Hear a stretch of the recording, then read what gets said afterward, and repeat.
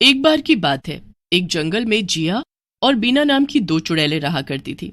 जिया के पास सुनहरे रंग के पंख थे और बीना के पास चांदी के रंग वाले पंख थे। उन्हें ये पंख रानी चुड़ैल ने इनाम के तौर पर दिया था। सुन बहन, मेरा मन कर रहा है कहीं घूम कर आ जाए। बोल, तू भी चलेगी? तूने तो मेरे मन की बात कह दी। बता कहाँ चले? ऐसा करते हैं बिमला दीदी, चुड़ैल नगर चलते हैं। उनके यहाँ बहुत सुंदर नदी है और खाने को बहुत सारी मछलियां भी होंगी। जब देखो खाना खाना खाना। अरे तो इतनी दूर क्यों जा रहे हैं फिर, हम बताओ। चल, कल तैयार रहियो। ठीक है। इसके बाद अगले दिन दोनों के दोनों चुड़ैल नगर के लिए निकल गए। रास्ते में बहुत से गांव की सैर करते हुए दोनों के दोनों मीनापुर गांव के पास जंगल में जाकर रुक गई और एक पेड़ के ऊपर जाकर बैठ गई। उस जंगल में भीम सिंह नाम का एक आदमी लकड़ी काट रहा होता है। उन दोनों की बातें सुनकर भीम सिंह पेड़ के पीछे छुप जाता है और उन दोनों को पेड़ के पीछे चुपके से देखने लगता है। भगवान, ये दोनों क्या मुसीबत है। अगर इन दोनों को पता चल गया कि मैं यहाँ पर हूँ तो मुझे मार डालेंगी। ऐसा करता हूँ, चुपके से निकल जाता हूँ। तभी अचानक भीम सिंह की नजर उनके पंखों पर पड़ती है। ये क्या गजब चीज है। सुनहरे पंख तो देखो कितने चमकदार हैं और इसके चांदी जैसे पंख। ऐसा करता हूँ, यहीं रुक जाता हूँ। क्या पता एक आध पंख नीचे गिर गया तो मैं उठा लूंगा। तभी जिया को प्यास लगने लगती है और वो बीना को पानी लाने के लिए भेज देती है। सुन बीना, पानी लेकर आ जाना, गला सूख रहा है मेरा। तू यहीं बैठ, मैं लेकर आती हूँ अभी तेरे लिए। इसके बाद बीना जिया के लिए पानी लाने चली जाती है। बीना अपने पंखों से उड़ान भरकर पानी की तलाश में चली जाती है।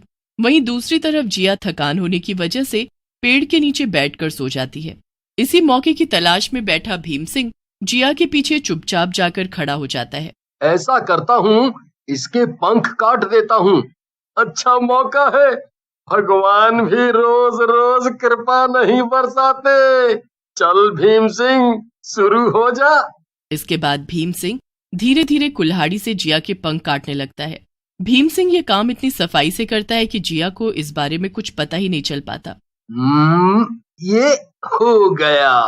अब ऐसा करता हूँ, यहाँ से निकल जाता हूँ, वरना अगर ये जाग गई तो लेने के देने पड़ जाएंगे। इसके बाद भीम सिंह वहां से अपना सारा सामान बांधकर जाने वाला होता है। तभी वहां पर बीना आ जाती है और भीम सिंह डर के मारे वहीं चुपचाप पेड़ के पीछे छुप जाता है। अभी यहाँ से जाना ठीक नहीं रहेगा। थोड़ी देर इंतजार करता हूँ इनके जाने का, फिर चला जाऊंगा। इसके बाद बीना वहां आ जाती है और जिया को नींद से उठाने लगती है। सुन जिया, उठ, ये ले पानी पी ले। कहाँ रह गई थी तू? मेरी तो आंख ही लग गई थी। ये पी ले। अरे आसपास कोई नदी नहीं थी, इसलिए दूसरे गांव से पानी लाना पड़ा। ला दे, वैसे भी बड़ी थकान महसूस हो रही है। सुन, ऐसा करते हैं, आज रात यहीं रुक जाते हैं। अगर तेरी मर्जी है तो रुक जाते हैं, वैसे भी सुबह के निकले हुए हैं। इसके बाद बीना और जिया दोनों रात भर के लिए रुक गईं। दूसरी तरफ भीम सिंह डर के मारे उसी पेड़ के पीछे चुपचाप खड़ा था। उसे लग रहा था कि वो दोनों जैसे ही जाएंगे वैसे ही वो वहां से भाग जाएगा, लेकिन उन दोनों के वहां रुकने की वजह से वो भी अब कहीं भी नहीं जा सकता था। अब क्या करूं? ये दोनों तो जाने का नाम ही नहीं ले रही, ऊपर से रुकने का भी फैसला कर लिया है। हे भगवान, अब मैं क्या करूं? अगर इन्हें पता चल गया कि मैंने इनके पंख काट डाले हैं तो ये मुझे खा जाएंगी। क्या करूं, क्या करूं? ऐसा करता हूँ, सोने तक का इंतजार करता हूँ। जैसे ही ये सो जाएंगी वैसे ही मैं इनके पीछे से यहाँ से चला जाऊंगा। इसके बाद उन दोनों चुड़ैलों के सोने का इंतजार करते करते भीम सिंह खुद ही सो गया। थोड़ी देर बाद बीना को किसी के खर्राटे लेने की आवाज आई। इस जंगल में खर्राटे कौन ले रहा है? क्या हुआ बीना, सब ठीक है? सुन जिया, ध्यान से सुन, तुझे भी खर्राटों की आवाज आ रही है क्या? हाँ बीना, आ तो रही है, लेकिन इस घने जंगल में खर्राटों की आवाज कैसे आ सकती है? चल जाकर देखते हैं ये आवाज कहाँ से आ रही है। चल चल देखते हैं। इसके बाद जिया और बीना दोनों आसपास देखने लगती हैं। तभी बीना को पेड़ के पीछे भीम सिंह बैठा नजर आता है। सुन जिया, इधर देख, ये रहा। क्या करें, खा जाए इसे? क्या बोल रही है तू? मजाक कर रही हूँ, तुझे तो पता है ना मैं डाइट पर हूँ। आजकल वैसे भी इंसान की बॉडी में काफी फैट होता है। तू भी ना बीना।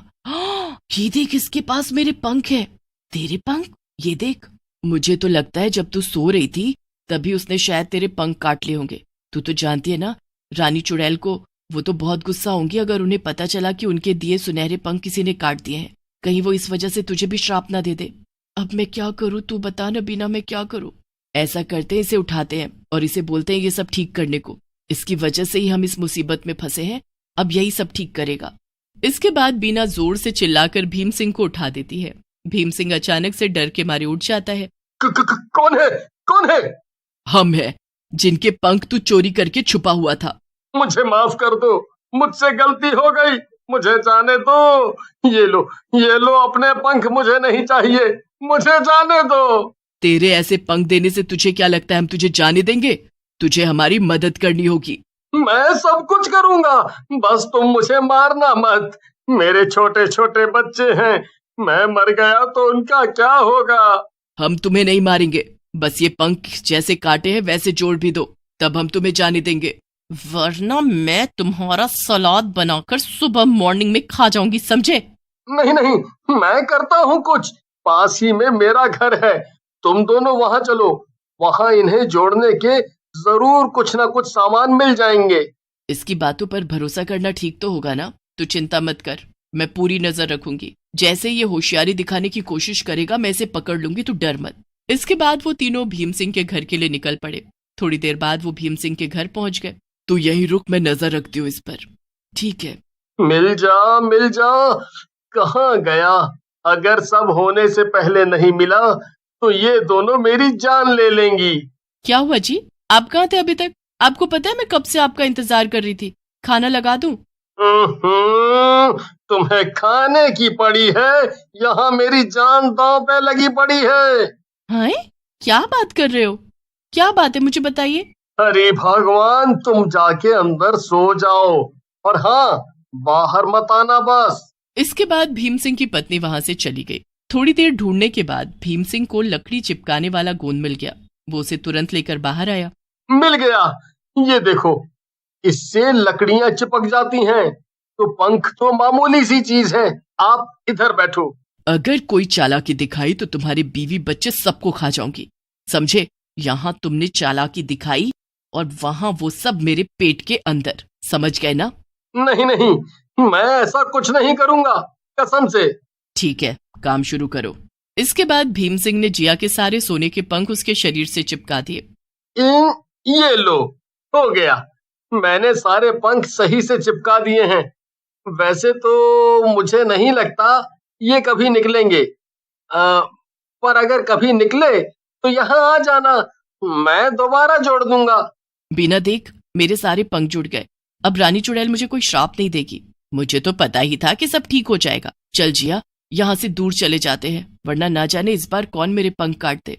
हाँ, तुमने ठीक कहा, हमें यहाँ से चले जाना चाहिए। और हाँ, आइंदा ऐसा कुछ किया ना तो देखना, तेरे इन्हीं हाथों को काट कर खा जाऊंगी, समझा? चोर कहीं का। बोल, आज के बाद करेगा चोरी? नहीं, बिल्कुल नहीं करूंगा, कसम से नहीं करूंगा। ठीक है। इसके बाद दोनों बहनें वहां से चली गईं और अपने को लेकर और भी सावधान हो गईं, ताकि अगली बार कोई दूसरा उनके इन कीमती पंखों को नुकसान न पहुंचा पाए।